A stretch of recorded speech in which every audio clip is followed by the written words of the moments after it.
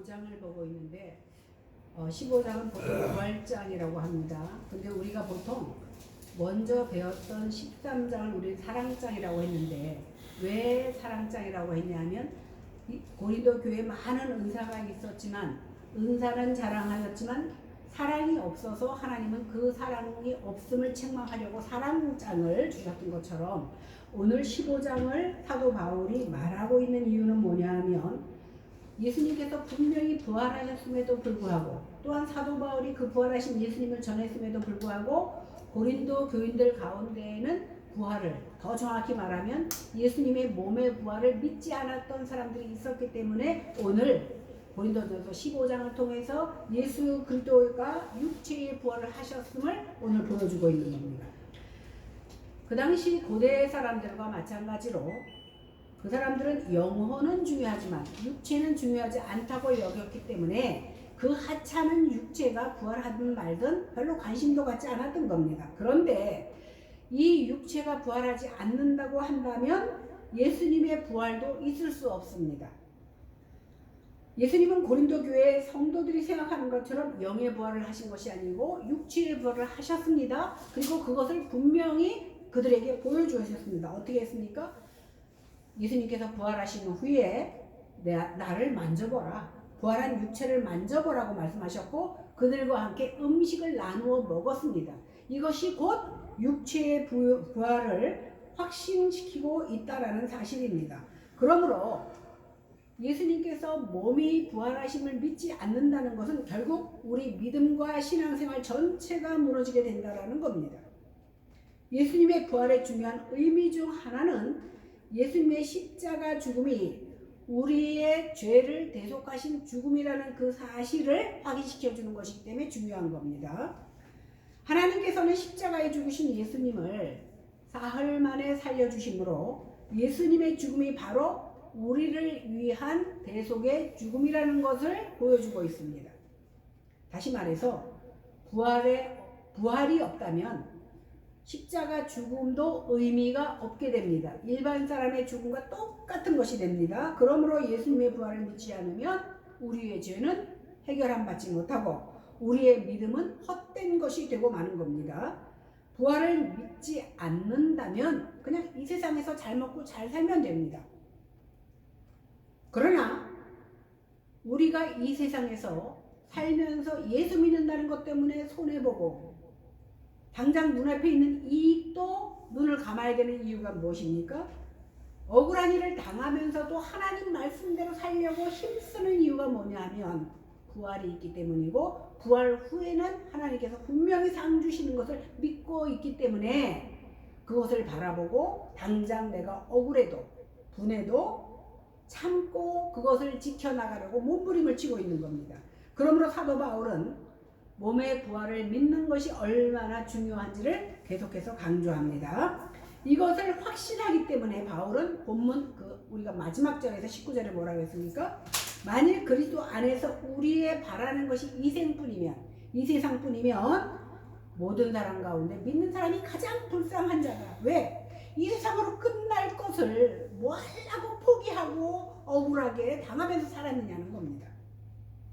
그러나 예수 믿는다는 것은 눈에 보이는 이 세상이 목표가 아니기 때문에 그래서 성경에 나타나는 모든 믿음의 선진들이 그렇게 살아왔다라는 겁니다. 그들은 세상에서 성공하고 세상에서 복받고 세상에서 잘되기보다 그 믿음 때문에 환난과 고난과 핍박을 오히려 감수했던 겁니다. 그런데도 그들이 그런 환난과 핍박을 당하면서도 믿음을 저버리지 않는 것은 그들에게도 똑같이 부활의 신앙이 있었기 때문이라는 겁니다. 그러므로 우리 성도에게 부활이 없다면 우리가 가장 불쌍한 사람입니다. 잘못 살고 있다는 겁니다. 이것은 이 세상에서 추구하는 눈에 보이는 모든 영광이 진정한 영광이 아니라는 것을 입증합니다. 그러므로 진정한 부활 신앙을 소유한 자라면 이 세상의 모든 영광을 오히려 배설물로 여기고 오히려 이것 때문에 내가 하나님을 포기해야 되는 경우가 생기기 때문에 오히려 해로 여길 줄 아는 그러한 결단이 있게 되는 겁니다. 만약에 이 세상에서 잘 되는 것만 부러워하고 산다면 결국은 우리가 부러워하는 것이 지옥 갈 사람을 부러워하고 있는 것이 되고 마는 겁니다. 가끔 제가 비유로 말하지만 보신탕에, 이제 보신탕도 이제 몸무게 생겼지만 보신탕에서 기르는 개를 왜 잘 먹입니까? 빨리 키워서 잡아먹으려고 그러는 거잖아요. 그런데 개는 어때요? 자기 앞날을 보지 못하고 우선 맛있는 거 주면 좋아서 헐떡거리면서 먹지 않느냐는 거예요. 이 세상 사람들이 앞을 보지 못하니까 당장 좋은 것이 있으면 마치 보신당의 개와 같이 헐떡거리면서 그것을 내 것으로 차지하고 있다는 겁니다.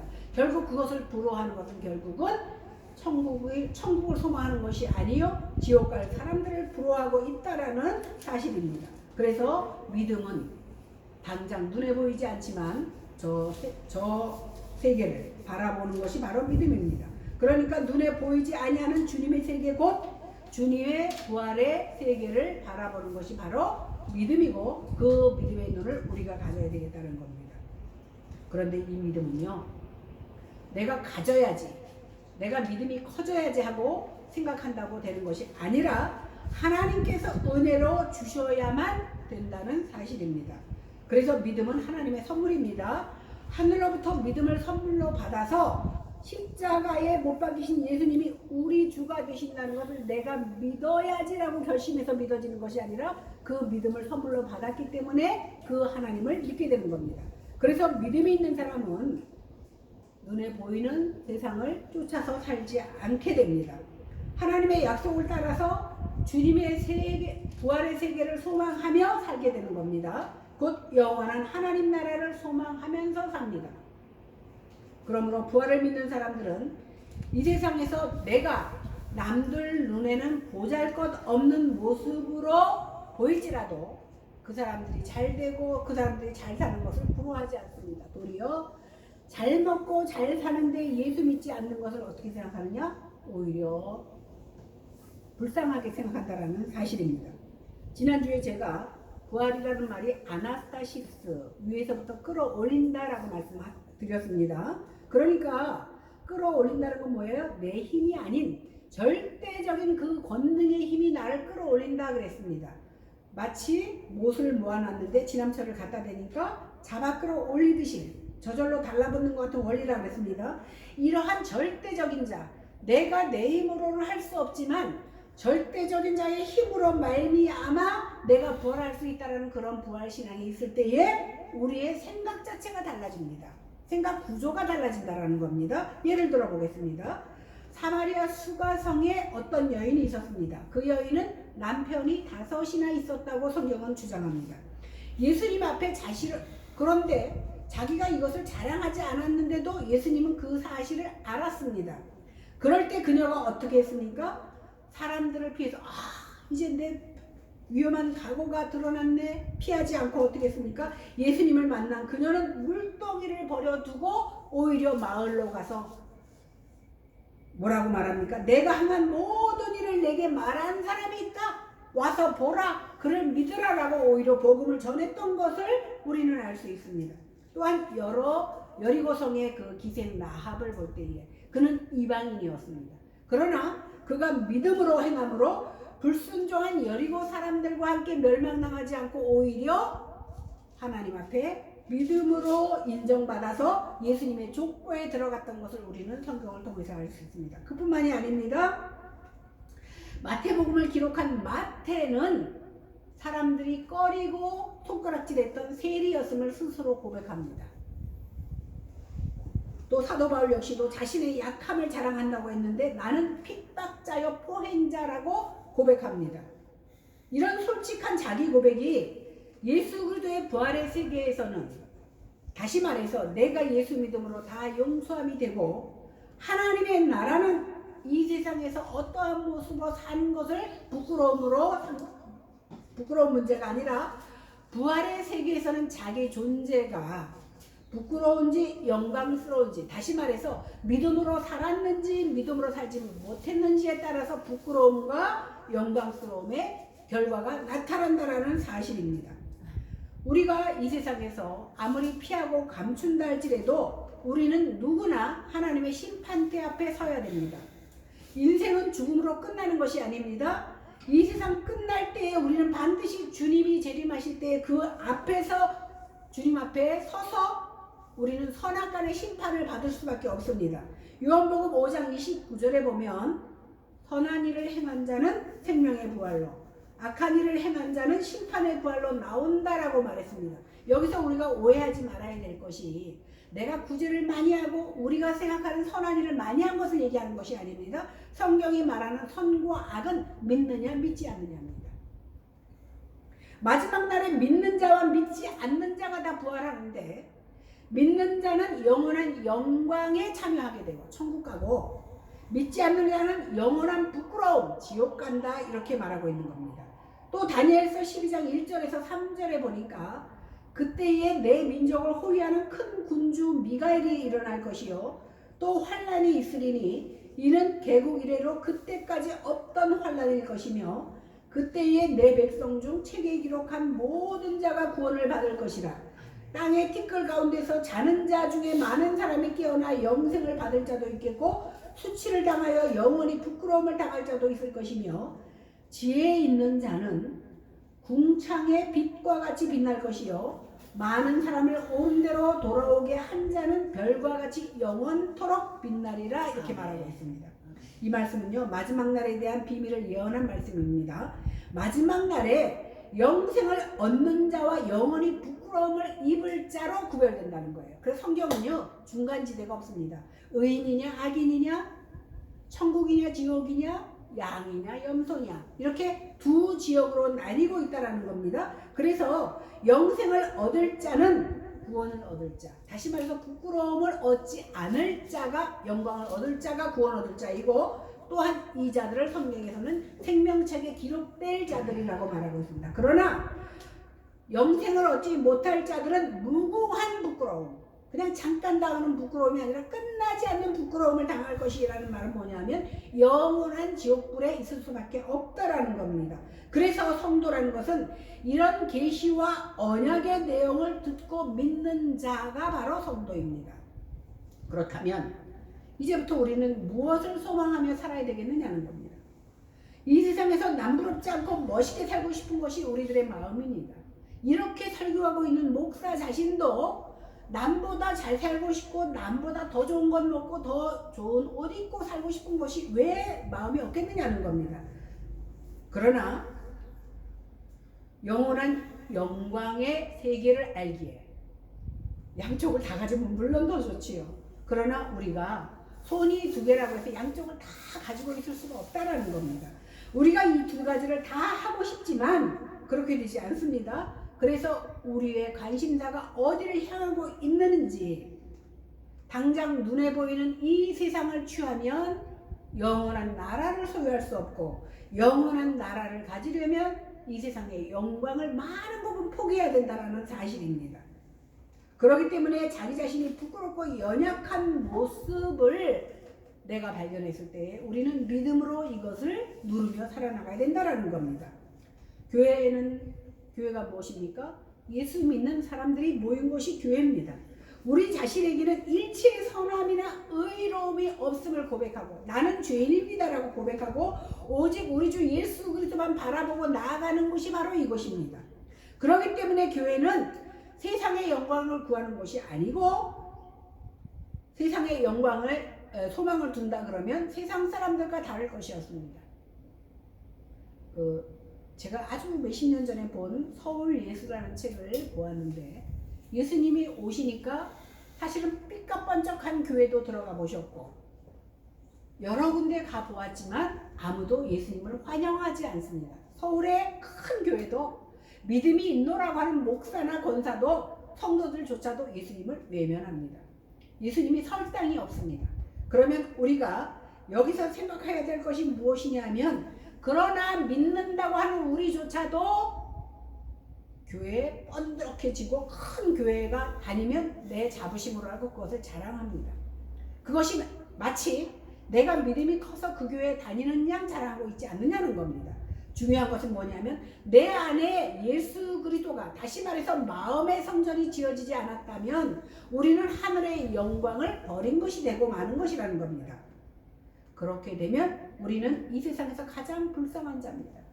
우리가 비록 이렇게 적은 교회에 나와서 적은 무리가 함께 예배하지만 우리 가운데 십자가에 돌아가신 예수 그리스도로 말미암아 그 영광을 바라보며 살아가는 믿음이 있다면 우리는 하늘나라 영광을 다 차지하고 살아가는 성도들이 된다라는 겁니다. 그럴 때에 세상 가운데 불쌍한 자가 아니요 하나님의 영광을 차지하는 그러한 소망을 가지고 살아가는 줄로 믿습니다. 20절을 같이 보겠습니다. 시작. 그러나 이제 그리스도께서 죽은 자 가운데서 다시 살아 잠자는 자들의 첫 열매가 되시도다.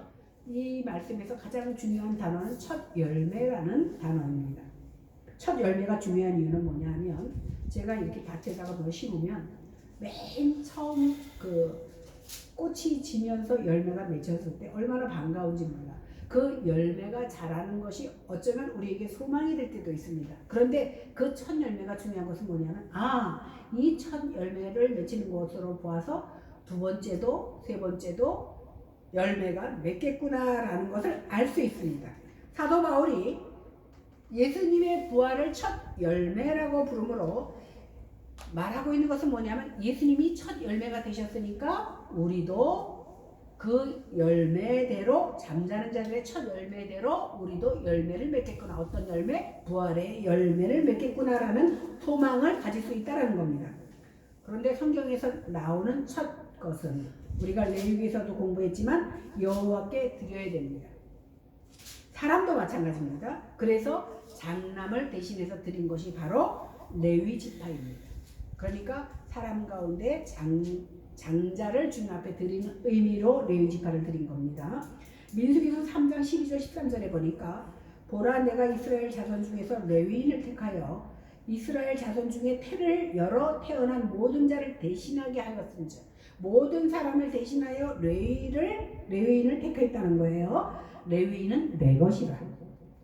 처음 태어난 자는 다 내 것임이니라. 내가 애굽 땅에서 그 처음 난 자를 다 죽이던 날에 이스라엘의 처음 난 자는 사람이나 짐승을 다 거룩하게 구별하였다. 애굽의 모든 첫 것들 짐승이나 사람이나 다 죽일 때에 이스라엘의 사람이나 짐승은 다 구별하였다고 말씀합니다. 그들은 다 내 것이다. 이렇게 말씀하고 있습니다. 처음 것은 사람이 됐던 짐승이 됐던 하나님의 것이기 때문에 다 하나님께 드리라고 말씀합니다. 그래서 첫 열매를 드립니다.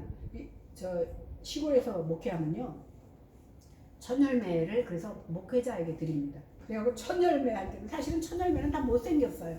그렇지만 처음 것은 하나님이 주시고 하나님의 것이라 그래서 다 이제 교회로 가져오는 것을 우리는 많이 알 수 있습니다. 출애굽기 13장 15, 16절에 보니까 그때 바로가 완악하여 우리를 보내지 아니하며 여호와께서 애굽 나라 가운데 처음 난 모든 것은 사람의 장자로부터 가축의 처음 난 것까지 다 죽임으로 태에서 처음 난 모든 수컷들은 내가 여호와께 제사를 드려서 내 아들 중에 모든 처음 난 자를 다 대속하리니 이것이 내 손의 기호와 내 미간의 표가 되리라. 여호와께서 그 손의 권능으로 우리를 애굽에서 인도하여 내셨습니다. 오늘 이 말씀을 제가 거듭해서 드리는 이유는 뭐냐면 출애굽할 때 마지막 10번째 재앙이 장자 재앙이잖아요. 이 모든 장자가 죽임을 당하는 건데 이스라엘 백성들은 어린 양의 피를 가지고 문설주와 문인방의 발음으로 살아났습니다. 그러므로 이스라엘의 장자와 초태생의 그 수컷은 다 하나님의 것이라고 말씀하고 있는데 여기서 첫 것, 이 첫 것의 드려짐이 바로 무엇을 얘기하냐면 희생을 말합니다. 성경에서 장자의 개념은 첫 것, 곧 자기를 희생으로 드림으로 말미암아 그 나머지를 다 살려내는 것입니다. 애굽의 12아들 중에 장자가 누굽니까? 루벤입니다. 그러나 루벤이 장자의 역할을 감당하지 못했습니다. 그래서 하나님께서는 11번째 요셉을 통하여 장자의 역할을 했습니다. 그래서 그에게 장자의 명분을 주어주고 장자의 몫까지 두 지파를, 두 몫을 허락하는 것을 우리는 성경을 통해서 알 수 있습니다. 그러므로 혈통적인 서열로는 루벤이지만 여기서 말하는 건 뭐냐면 누가 희생해서 장자의 역할을 하느냐로 하나님께서는 장자를 구별했다라는 겁니다. 그래서 로마서 11장 6절에 보니까 제사하는 처음 익은 곡식가루가 거룩한즉 그 밀가루가 거룩하면 그 떡도 거룩하다라고 성경은 말하고 있습니다. 그러므로 예수님께서 왜 잠자는 자들의 첫 열매가 되셨냐 하면 이 말씀이 연결해 주는 겁니다. 예수 그리스도께서 첫 부활의 열매가 돼 주셨기 때문에 그 아버지께서 아들에게 맡겨주신 자들도 다 거룩하게 하셔서 살려낸다라는 뜻입니다. 그러니까 밀가루가 거룩한즉 그 떡덩이까지 거룩해야 되는 것 마찬가지로 첫 열매 되시는 예수님을 거룩하게 하셨으므로 하나님께서 선택하신 모든 하나님의 자녀들이 다 어떻게 된다? 거룩하게 된다. 그래서 첫 열매로 예수님께서 희생하셨고 희생하신 것이 아니라 다시 살아나셨기 때문에 예수 믿는 모든 사람이 다 살아날 수 있게 되었다라고 말하고 있는 겁니다. 이해가 되시죠? 21절 20절을 보겠습니다. 22절 보겠습니다. 시작. 사망이 사람으로 말미암았으니 죽은 자의 부활도 사람으로 말미암는도다. 아담 안에서 모든 사람이 죽은 것 같이 그리스도 안에서 모든 사람이 삶을 얻으리라. 그래서 보통 우리 예수님을 진짜 아담을 제1아담, 예수님은 제2의 아담이라고 보통 말하는데 아담이 범죄한 것 때문에 모든 사람이 다 죽게 되었습니다. 죄의 삭스 사망이기 때문에 죄의 문제를 해결하지 않고는 어느 누구도 죽음을 피할 수가 없습니다. 지금 의술이 아무리 발달했다고 해도 당장 내가 뭐 암도 고치고 불치병으로 살아났다 그래도 그 사람이 영원히 삽니까? 언젠가는 죽을 수밖에 없습니다. 우리가 아무리 의술이 발달해도 우리 어느 누구도 죽음을 정복할 수는 없습니다. 왜 그렇습니까? 죄의 싹슨 사망이요 죽음은 죄의 결과이기 때문입니다. 죄의 해결 없이는 죽음도 해결되지 못합니다. 그런데 예수님께서 죽음에서 부활하셨습니다. 이것은 예수님께서 죄의 문제를 해결하셨다라는 뜻입니다. 그 결과 죽음의 권세를 깨트리셨습니다. 아담 안에서 모든 사람이 원죄로 말미암아 죽었던 것처럼 모든 사람이 제2의 아담 되시는 예수 그리스도로 말미암아 삶을 얻은 것입니다. 그러나 육체는 죽지만 영원한 삶을 얻을 수 있다는 겁니다. 그래서 이 세상의 모든 사람이 아담의 후손으로 사망의 권세 아래서 태어났습니다. 그러나 예수 그리스도를 믿는 사람은 어떻게 됩니까? 영원한 생명을 얻게 되는 겁니다. 오늘 예수님께서는 요한복음 11장에서 나는 부활이요 생명이니 나를 믿는 자는 죽어도 살겠고 무릇 살아서 나를 믿는 자는 영원히 죽지 않는다라고 말씀하셨습니다. 그래서 예수 믿는 자들의 죽음을 죽었다라고 말하지 않고 예수님 뭐라고 해서 잔다. 잔 사람은 뭐예요? 깨어나거든요. 그래서 내가 죽지만 육체는 내가 자고 깨어나 어디서 하늘나라에서 깨어나는 겁니다. 22절에서 24절을 보겠습니다. 시작. 사망이 그러나 각각 자기 차례대로 되리니 먼저는 첫 열매인 그리스도요 다음에는 그가 강림하실 때에 그리스도에게 속한 자요 그 후에는 마지막이니 그가 모든 통치와 모든 권세와 능력을 받으시고 나라를 아버지 하나님께 바치시라. 여기 보면 부활의 순서가 나옵니다.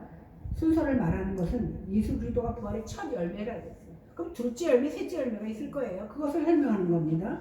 첫 열매의 희생과 부활이 있었기 때문에 그리스도 안에서 잠자는 자들이나 지금 현재 예수를 믿고 있는 자들이 어떻게가 부활의 능력 안에 있다라는 것을 오늘 입증하고 있는 겁니다. 그러니까 부활의 순서는 첫째, 예수님께서 첫 열매가 되어서 부활하셨고 둘째, 예수를 믿다 죽은 자, 잠자는 자가 일어나고 세 번째, 예수가 재림하실 때에 지금 살아있는 자들이 부활한다는 겁니다.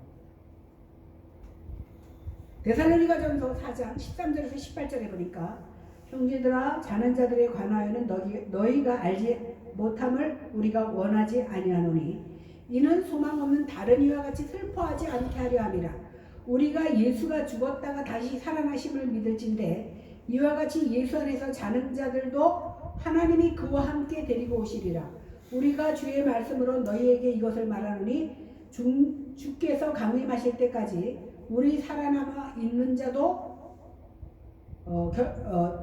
살아남아 있는 자도 자는 자보다 결코 앞서지 못. 똑같은 말이죠. 자는 자보다 살아있는 자가 먼저 부활하지 못한다고 얘기합니다. 주께서 호령과 천사장의 소리와 하나님의 나팔 소리로 친히 하늘로부터 강림하시니 그리스도 안에서 죽은 자들이 먼저 일어나고 그 후에 살아남은 자들도 함께 구름 속으로 끌어올려 공중에서 주를 영접하리라 휴거한다라는 겁니다. 그러므로 우리가 주와 함께 있으리라. 그러므로 이런 말로 서로 위로하라. 부활의 말로 위로하라는 겁니다. 죽은 자가 먼저 일어나고 산자가 같이 하늘나라로 올라가 휴거한다라는 사실입니다. 사실 우리가 지금 살아나가는 우리는, 지금 현재를 살아나가고 있는 우리는 예수님을 믿는다는 것 때문에 지금 환난이나 고난과 핍박 없습니다. 그죠? 지금 오늘 교회 나오는 것 때문에 두들겨 맞고 감옥 가고 생명을 잃는 자 하나도 없습니다. 우리나라에서는 최소한 고난이 없으니까 위로받을 것도 없습니다. 믿노라 하면서도 그러다 보니까 고난이 없으니까 믿지 않는 자와 다를 바 없는 모습으로 삽니다. 고난이 있을 때에 믿는 자와 믿지 않는 자가 구별됩니다. 우리가 고난을 받을 때에 비로소 믿음이 드러나는 겁니다. 왜? 고난을 받을 때 어떤 사람은 주저앉아서 하나님을 욕하고 어떤 사람은 오히려 하나님 앞에 기도하며 자기가 성도됨을 드러내는 겁니다.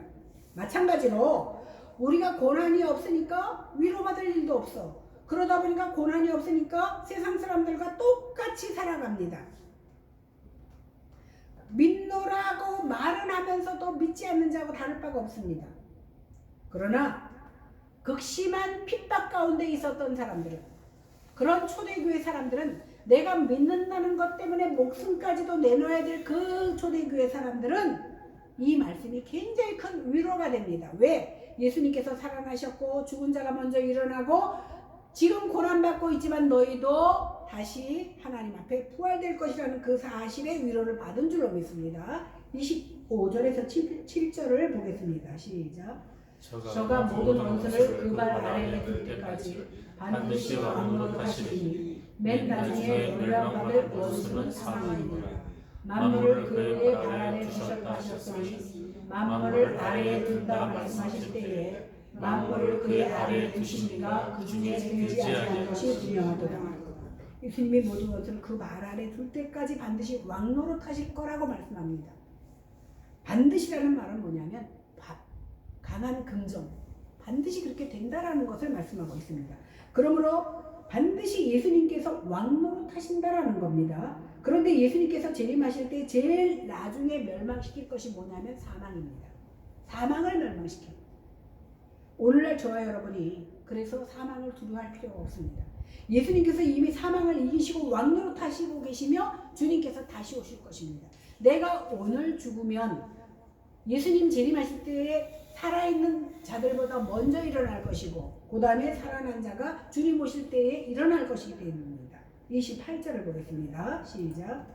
만물을 그에게 복종하게 하실 때에는 아들 자신도 그때에 만물을 자기에게 복종하게 하신 이에게 복종케 되리니 이는 하나님이 만유의 주로서 만유 안에 계시리라. 하나님은 만유의 주. 만유라는 뭐예요? 모든 세상의 모든 것을 말하잖아요. 하나님이 우리 모든 것의 주님이 되십니다.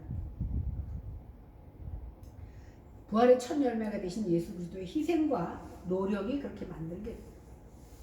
이 사실을 우리가 분명히 믿는다면 오늘 우리 삶 속에서 우리는 세상 사람들처럼 세상의 헛된 것에 마음을 뺏기지 않습니다. 그리고 하나님의 말씀과 그 뜻에 따라 순종하며 살아갈 수 있게 되는 겁니다. 천국과 지옥이 있음을 확신한다면 구원의 역사의 위대한 결말을 아는 성도들은 세상 사람들처럼 이 땅이 전부인 것처럼 살지 않습니다. 왜? 하늘나라의 소망을 갖고 있기 때문에.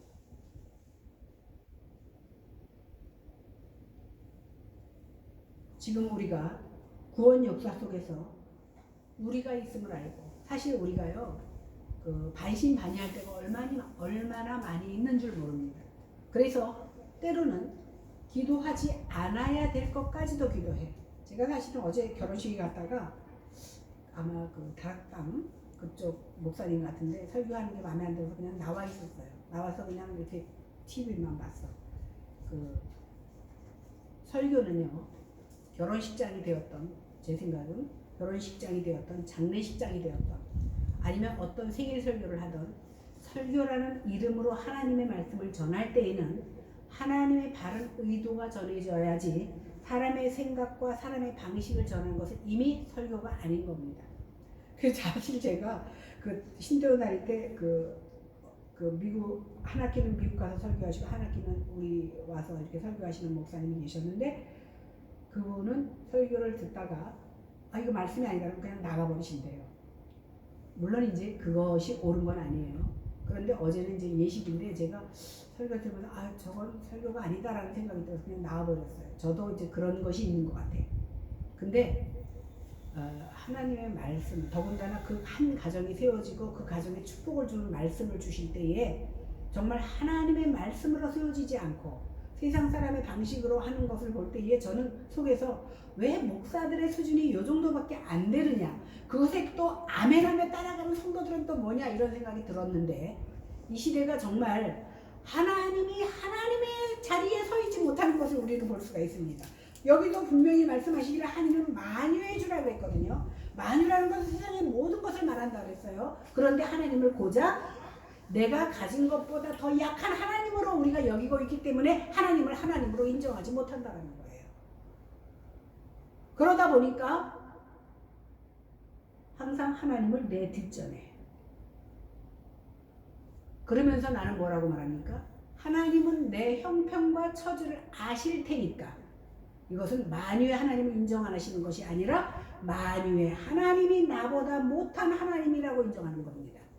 이러한 모습으로 그 당시에도 삶을 살았기 때문에 오늘 고린도 교회 교인들을 향하여 사도 바울이 하는 말씀이 만유의 주 되신 하나님 앞에 우리가 무릎을 꿇고 그 말 앞에, 그 말에 순종해야 됨을 오늘 가르쳐주고 있는 겁니다. 이러한 하나님을 우리에게 보여주셨음에도 불구하고 우리는 그래? 그럼 너는 그렇게 보느냐? 나는 이것만 볼래라고 내 보이는 것만 인정하게 된다는 겁니다. 우리의 삶도 마찬가지입니다. 목사가 아무리 목이 터지라고 외워도, 설교를 해도 너는 목사니까 그렇게 말하는 것이고 나는 성도니까 요만큼만 할래라고 내 믿음을 제한시켜 버립니다. 내 믿음을 제한시키는 것은 결국 하나님을 제한하는 거고 하나님을 가다두는 겁니다. 내 조그만 마음 안에, 믿음의 그 그릇에 하나님을 가둬두지 마시기 바랍니다. 하나님은 만유의 주 되심을 알고 그 주님 앞에 복종하며 그 말씀에 순종할 수 있는 저와 여러분들이 되시기를 주님의 이름으로 간절히 축원합니다. 기도하겠습니다. 하나님 아버지, 은혜를 지심으로 감사합니다. 우리는 연약하여 주님의 말씀을 받지만 그 말씀을 말씀대로 깨닫지 못하고 내 좁은 머리 안에 가두어서 그만큼만 이해하려고 하고 그만큼만 받아들입니다. 하나님, 우리에게 지혜를 더하여 주시어서 하나님의 말씀이 하나님의 말씀으로 들려지게 하시고 하나님이 하나님 되게 하는 그러한 믿음이 우리 가운데 있게 하여 주시옵소서. 감사드리며 예수님 이름으로 기도했습니다. 아멘.